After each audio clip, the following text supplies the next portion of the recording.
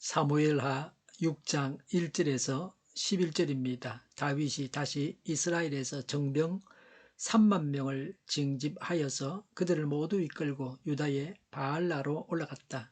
거기에서 하나님의 궤를 옮겨올 생각이었다. 그 궤는 그룹들 위에 앉아 계신 만군의 주님의 이름으로 부르는 궤였다. 그들이 언덕 위에 있는 아비나답의 집에서 하나님의 궤를 꺼내서 새 수레에 싣고 나올 때에 아비나답의 두 아들 우사와 아히요가 그 새 수레를 몰았다. 그들이 산에 있는 아비나답의 집에서 하나님의 궤를 싣고 나올 때에 아히요는 궤 앞에서 걸었고 다윗과 이스라엘의 모든 가문은 온 힘을 다하여 잣나무로 만든 온갖 악기와 수금과 금은고를 타며 소구와 꽹가리와 심벌들을 치면서 주님 앞에서 기뻐하였다. 그들이 나곤의 타작 마당에 이르렀을 때에 소들이 뛰어서 궤가 떨어지려고 하였으므로 우사가 손을 내밀어 하나님의 궤를 꼭 붙들었는데 주 하나님 우사에게 진노하셔서 거기에서 그를 치시니 그가 거기 하나님의 궤 곁에서 죽었다. 주님께서 그렇게 급격히 우사를 벌하셨으므로 다윗이 화를 내었다. 그래서 그곳 이름을 오늘날까지 베레스 우사라고 한다. 그날 다윗은 이 일 때문에 주님이 무서워서 이래서야 내가 어떻게 주님의 궤를 내가 있는 곳으로 옮길 수 있겠는가 하였다. 그래서 다윗은 주님의 궤를 다윗성으로 옮기지 않고 가드 사람 오벳 에돔의 집으로 실어가게 하였다. 그래서 주님의 궤가 가드 사람 오벳 에돔의 집에서 석 달 동안 머물렀는데 그때 주님께서 오벳 에돔과 그의 온 집안에 복을 내려주셨다. 아멘. 법궤의 운반과 우사의 죽음을 기록하고 있습니다. 1절과 2절에 다윗이 이스라엘에서 정병 3만 명을 징집하여 법궤를 옮겨오려고 했습니다. 이들은 군인들입니다. 각 지파의 대표들입니다. 이 지역이 블레셋과 가까운 지역이어서 많은 군사들이 나아갔습니다. 대제사장이나 성경에 능한 자가 필요했습니다. 그런데 눈에 보이는 블레셋 사람에게만 마음을 두고 하나님이 뭐라고 하실지에 대해서는 별로 관심이 없었던 것 같습니다.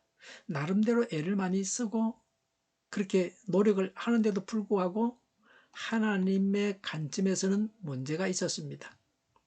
법궤를 옮기면서도 이런 마음을 가질 수 있는 것이 사람입니다.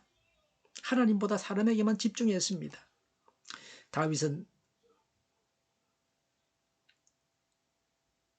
실수를 오늘 본문에서 했다고 기록하고 있습니다.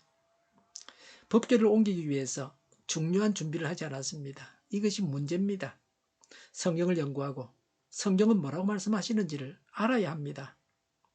3절에 아비나답의 집에서 하나님의 궤를 꺼내서 새 수레에 싣고 나올 때에 아비나답의 두 아들 우사와 아히요가 그 새 수레를 몰았다고 했습니다. 5절에 다윗과 이스라엘의 온 가문은 힘을 다하여서 온갖 악기를 연주하면서 주님 앞에서 기뻐하였다. 6절에 소들이 뛰어서 궤가 떨어지려고 하였으므로 우사가 손을 내밀어 하나님의 궤를 꼭 붙들었는데 7절에 주 하나님이 우사에게 진노하셔서 거기에서 그를 치시니 그가 거기 하나님의 궤 곁에서 죽었다고 했습니다. 민수기 4장 15절에 거룩한 물건들이 그들의 몸에 닿았다가는 죽는다고 했습니다. 이 말씀대로 되었습니다. 8절에 주님께서 그렇게 급격히 우사를 벌하셨으므로 다윗이 화를 내었다. 그래서 그곳 이름을 오늘날까지 베레스 우사라고 한다고 했습니다. 사람이 하나님 앞에서 화를 내는 것은 어처구니 없는 일입니다. 똥낀 놈이 화를 내는 것과 같습니다. 하나님 앞에서 눈물로 회개해도 시원치 않을 텐데 왜 화를 냅니까? 말씀을 몰라서 그렇습니다. 말씀을 알아야 합니다. 하나님의 백성이 하나님 말씀을 모르는 것은 수치입니다. 무지는 단지 모르는 겁니다. 부지는 알아야 할 사실을 모르는 겁니다. 하나님의 백성이 성경을 모르는 것은 부지입니다. 전문가가 알아야 할 사실을 알지 못하면 부지입니다. 전문가는 전문 지식을 당연히 가지고 있어야 합니다. 9절에 그날 다윗은 이 일 때문에 주님이 무서워서 이래서 내가 어떻게 주님의 궤를 내가 있는 곳으로 옮겨올 수 있는가 하였다고 했습니다. 하나님을 무서워해야 합니다. 하나님을 우습게 여기면 안 됩니다. 여기서 다윗의 두려움은 성경에 대한 무지에서 나오는 것입니다. 10절에 그래서 다윗은 주님의 궤를 다윗성으로 옮기지 않고 가드 사람 오벳 에돔의 집으로 실어 가게 하였다. 11절에 그래서 주님의 궤가 가드 사람 오벳 에돔의 집에서 석 달 동안 머물렀는데 그때 주님께서 오벳 에돔과 그의 온 집안에 복을 내려 주셨다고 했습니다. 오벳 에돔은 고핫 자손입니다. 아주 제사장 다음가는 중요한 집안 자손입니다. 하나님과 동행하면 복을 받습니다. 오늘날도 하나님과 동행하시기 바랍니다.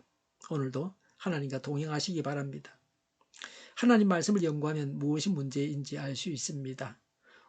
우사가 하나님의 궤를 붙잡은 것이 문제입니다. 그러나 우사는 하나님의 궤가 떨어지려고 해서 붙잡은 겁니다. 모세 오경이 보면 하나님의 궤를 운반할 때에 어떻게 해야 하는가를 자세하게 기록하고 있습니다.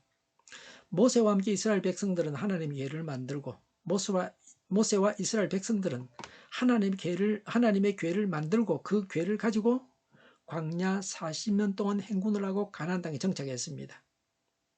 당시 다윗이 얼마나 성경에 무지했는가를 보여주고 있습니다. 무엇이 문제입니까? 하나님의 궤를 붙잡아서는 안 된다는 말씀을 어긴 것도 문제지만 더 근본적인 문제는 하나님의 궤를 옮기는 방법이 잘못되었습니다. 출애굽기 25장 14, 15절에 채를 끼워서 들으라고 했습니다. 궤를 바로 만지지 못하게 했습니다. 제사장이 아닌 사람이 하나님의 궤를 만지면 죽임을 당합니다. 민수기 3장 30절과 31절에 법궤는 고핫 자손이 보살피게 되어 있었습니다. 민수기 7장 9절에 고핫 가문은 법궤를 어깨에 메었습니다. 수레도 황소도 주지 않았습니다. 법궤는 짐승이 끄는 수레에 실어서는 안 됩니다. 민수기 4장 15절에 하나님의 궤는 레위 사람 중에서 고핫 자손들이 메었습니다. 그런데 중요한 때에는 등급을 더 높여서 제사장들이 하나님의 궤를 메기도 했습니다. 하나님의 궤는 고핫 자손이 메고 가야 합니다. 아니면 제사장이 메야 됩니다. 다른 방법은 없습니다. 짐승의 수레에 실은 것은 블레셋 사람들이 한 짓입니다. 법궤를 짐승의 수레에 실어서 블레셋 사람들이 보냈을 때는 하나님께서 아무런 징계도 하지 않으셨습니다. 블레셋에 하나님께서 세우신 제사장이나 고핫 자손이나 하나님 말씀이 없었습니다. 하나님의 법을 받지도 않아서 모르는 자들을 엄중하게 벌하시지는 아니하셨습니다. 성경을 가지고 있는 자들이 불신자처럼 성경에 무지하면 안 됩니다. 짐승이 운반해야 할 것이 있고 사람이 운반해야 할 것이 있습니다. 사람은 본대로 합니다. 보여주면 그대로 따라합니다. 그래서 제대로 된 모범을 보여줘야 합니다. 그래야 제대로 하게 되어 있습니다. 아이들에게 훌륭한 것을 보여주면 아이들도 훌륭하게 됩니다.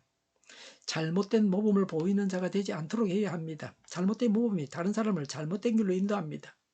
불신 세상을 따라가면 안 됩니다. 불신자처럼 살면 안 됩니다. 우리가 성경대로 살아서 불신 세상이 우리처럼 성경대로 살게 해야 합니다. 성경을 모르면 하나님과 동행할 수 없습니다. 복을 받을 수 없습니다.